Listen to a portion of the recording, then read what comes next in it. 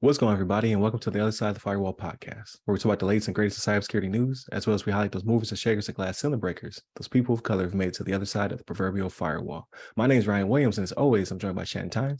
What's up? What's up? What's going on? Welcome to Wednesday's episode. So it's our discussion. So definitely tune in to Monday, where we talked about AT&T and how they are trying to spin off their cybersecurity business to potentially Barclays.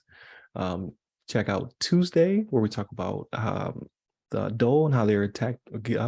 They were potentially hit with ransomware and had to shut down for a day, and like just the second, third order effects of that. And then that kind of feeds into today's episode, where we talk about.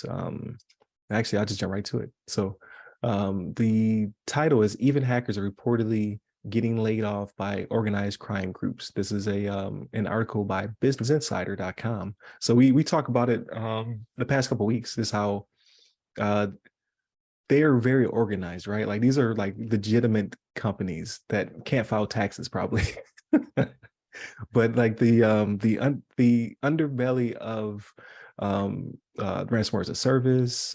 You have anything you can think of that's the hackers attacking companies, generate all this revenue, whatever. They have begun to organize and just become very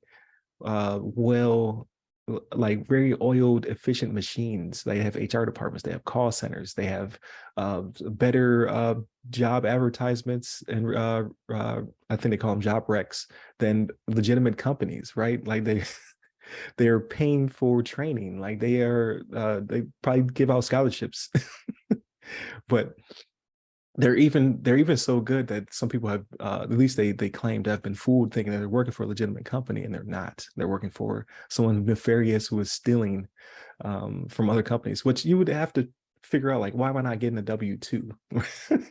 Why are they paying me in Bitcoin? But I digress.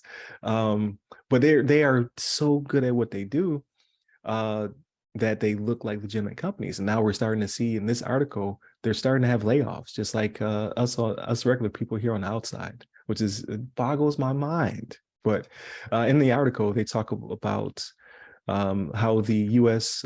Department of Justice Investigations has, beefed up their analysis and their ability to investigate and seek out these gangs, and kind of shut them down. They know what they're looking for now. They're partnering with other nation states to target ransomware groups and kind of shut this process down. But also, as we talked about in the previous episode, like Dole is a company that's based out of the UK. The UK and the EU have certain rules where you can't even pay.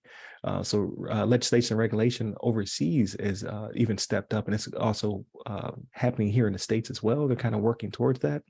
The current administration is trying to make it where you cannot pay, or at least you have to get the federal government involved as soon as possible if you're part of critical infrastructure or things of that nature, like things where people can become harmed, or it could cause a major disruption in quality of life or even death. You have to tell the government now, which stifles your ability to pay in these circumstances. So now that's actually having a trickle effect. So in the article, it says one hacker group called Conti even laid off 45 call center operators last year who were working as part of an apparent scheme to spread ransomware attacks after the call centers failed to make money. So they weren't making enough, they weren't generating enough sales. So they had to lay them off. We often talk about how, like, does crime pay? Because it, like, if you talk 2019, 2020 levels, like these people were getting paid a lot of money for the particular skills. And we're like, well, we can't necessarily retain talent here on the good side over the blue teamers because everybody's going to the dark side, doing the attacks. And now we're starting to see the pendulum swing. So it's pretty exciting stuff. But also like surreal. It's like a parody, like real life. What do you feel about? How do you feel about this, Shannon? Man, I'm there with you, man. Like I'm right there where you are. I'm sidestepping with you on this one, man. Like I like to see it too, right? It's like, okay, if crime doesn't pay, then what ends up happening, right? Like maybe those people, because here's the thing. I know as crazy as it sounds, they could have gained a skill set when they were doing things that were nefarious, that when they come back to the, come Yeah, back in a they can white bring it hat, up back to us. there you go, right? You know what I mean? Like, hey, let me tell you what we did when I was on the other side, or maybe not Right. express it like that, but like I heard, right? Or do or Like, how do you know like how to do it so well? or do like Trump always does, right? Like some people say, like, nah, motherfucker, it's you. You know what I mean? Like, I'm sorry, I didn't mean swear. My apologies, but but yeah, it's like I don't know.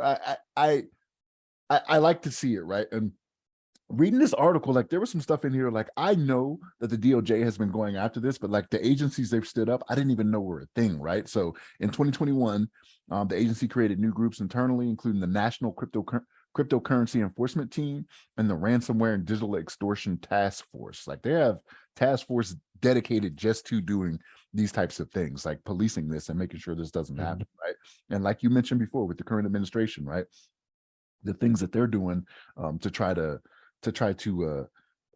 like address cybersecurity, right? Because they see the writing on the wall. My hope is that they're just that forward thinking, right? Now, mind you, it took some things to happen, right? Like it took, some big cybersecurity Colonial incidents. pipelines. Yeah. Right. Yeah. We can't get our port from JBS, Yep. JBS. JBS. So it took some things to happen, but my thinking is that, yeah, they are more forward thinking, and they're like, look, we do everything online, right? Everything is technical nowadays, right? Like we got AI talking about how it wants to kill us, right? So we gotta do something. We gotta so, It's not creepy at all.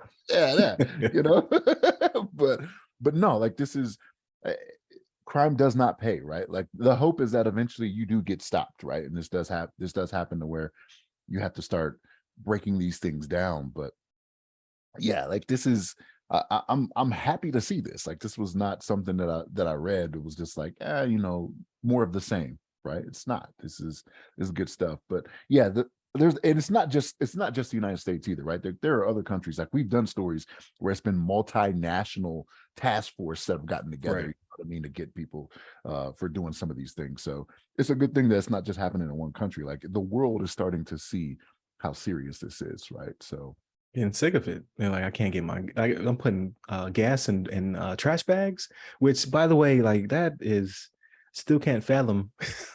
I was overseas when that happened. So you got people putting gas in trash bags because they're so scared that the pipeline wasn't going to come back up.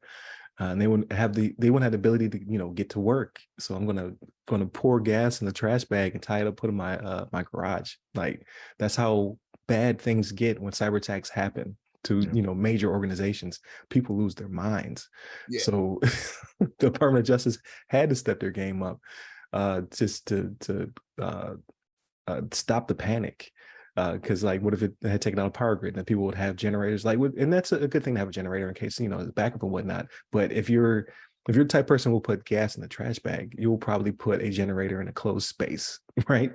Like, so you have to sometimes help people to help themselves, so you're not causing more issues, because that could be a problem down the line. You just can't anticipate what panic will do to people.